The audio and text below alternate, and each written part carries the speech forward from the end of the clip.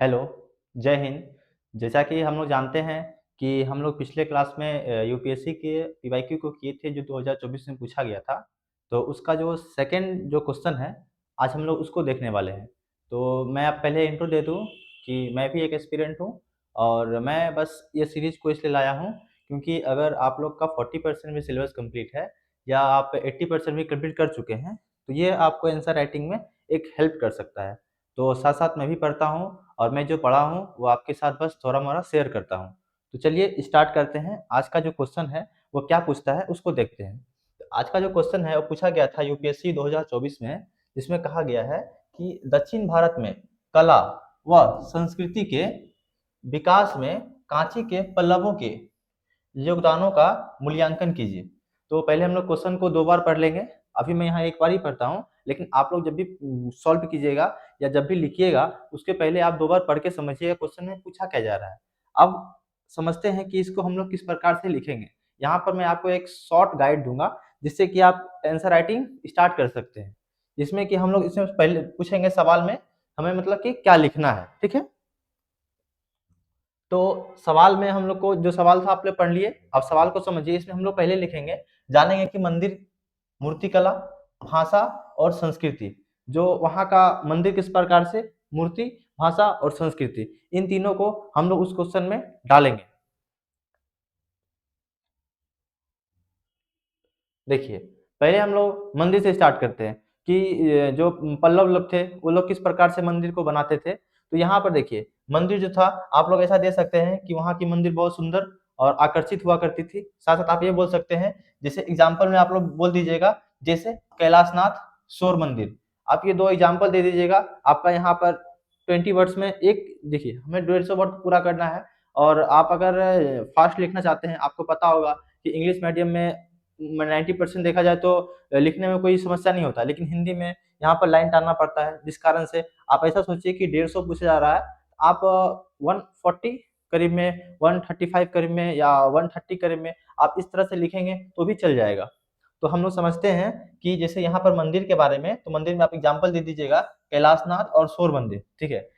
अब इसमें और भी ऐड करना रहेगा तो आप ये लिख सकते हैं कि जिससे क्या होता है कि द्रविड़ शैली की वास्तुकला को बढ़ावा मिलता है। आप इसमें ये भी ऐड कर सकते हैं। अब हम लोग मूर्ति कला को देखते हैं कि वहाँ पर मूर्ति कला किस प्रकार से थी। तो देखिए, वहाँ पर मूर्ति कला जो थी वो पत्थरों को काट कर, और वहाँ पर पत्थरों को काट करके वहाँ पर क्या किया था, गुफा वाले मंदिर बनाए जाते थे। साथ-साथ मूर्तियाँ बनाई जाती थी, जिसमें आप एग्ज़ाम्पल में दे दीजिएगा, जैसे महाबलीपुरम, यहाँ पर जो मूर्तियाँ थी वो पत्थरों को काट के बनाई जाती थी। आप ये एग्ज़ाम्पल यहाँ दे दीजिएगा, ठीक है? इससे क्या है, इसमें क्या होता था, देखिए, इसमें है देवताओं और पौराणिक कहानियों को दिखाया गया है। यहाँ पर जो मंदिर है उसमें देखिएगा कि देवताओं और पौराणिक कहानियों को दिखाया गया है। अब चित्रकला को देखते हैं, वहाँ पर चित्रकला किस प्रकार से था।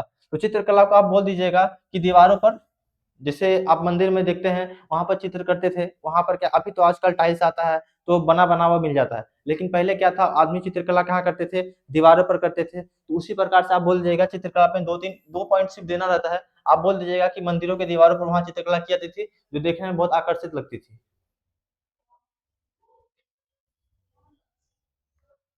अब हम लोग वहाँ पर देखते हैं कि साहित्य, ठीक है?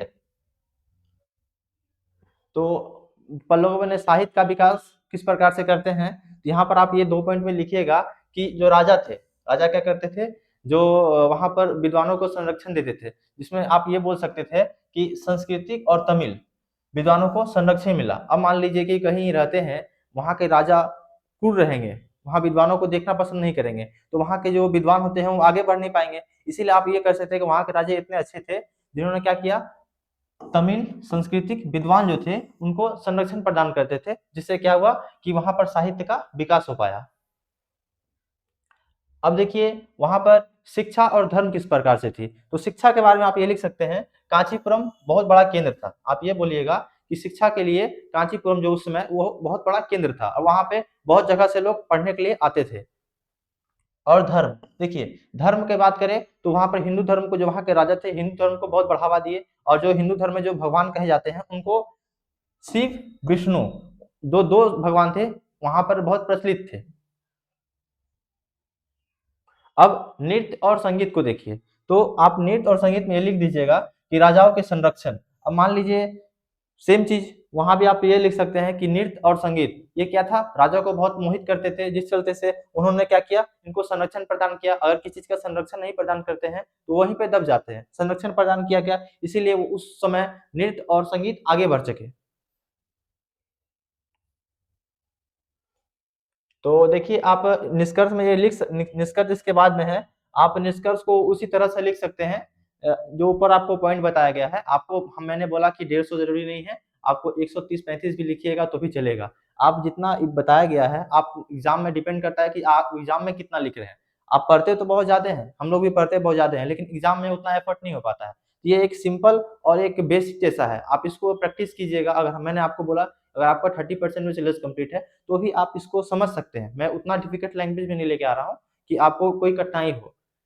अब देखिए इसका निष्कर्ष में आप ऐसे लिख दीजिएगा कि इस प्रकार कांची के पल्लवों ने मंदिर निर्माण, मूर्तिकला, चित्रकला, साहित्य, शिक्षा और धर्म को बढ़ावा देकर दक्षिण भारत की कला और संस्कृति के विकास में बहुत महत्वपूर्ण योगदान दिया। देखिए ये सिंपल ही है, लेकिन आप इसको प्रैक्टिस कीजिएगा और डेली अगर आप न्यूज़पेपर पढ़ते हैं तो आपकी भाषा जो शैली होती है वो इससे भी बेटर हो पाएगी। तो ये एक दिन से होगा नहीं, आप धीरे धीरे न्यूज़पेपर डेली पढ़िएगा।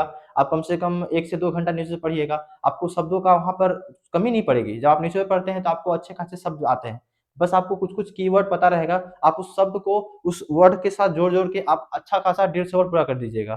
तो देखिए मैं अभी स्टार्ट किया हूँ और अभी कुछ-कुछ थोड़ा-सा प्रॉब्लम आती है, लेकिन आप उसको सॉर्ट आउट कीजिए, ठीक है?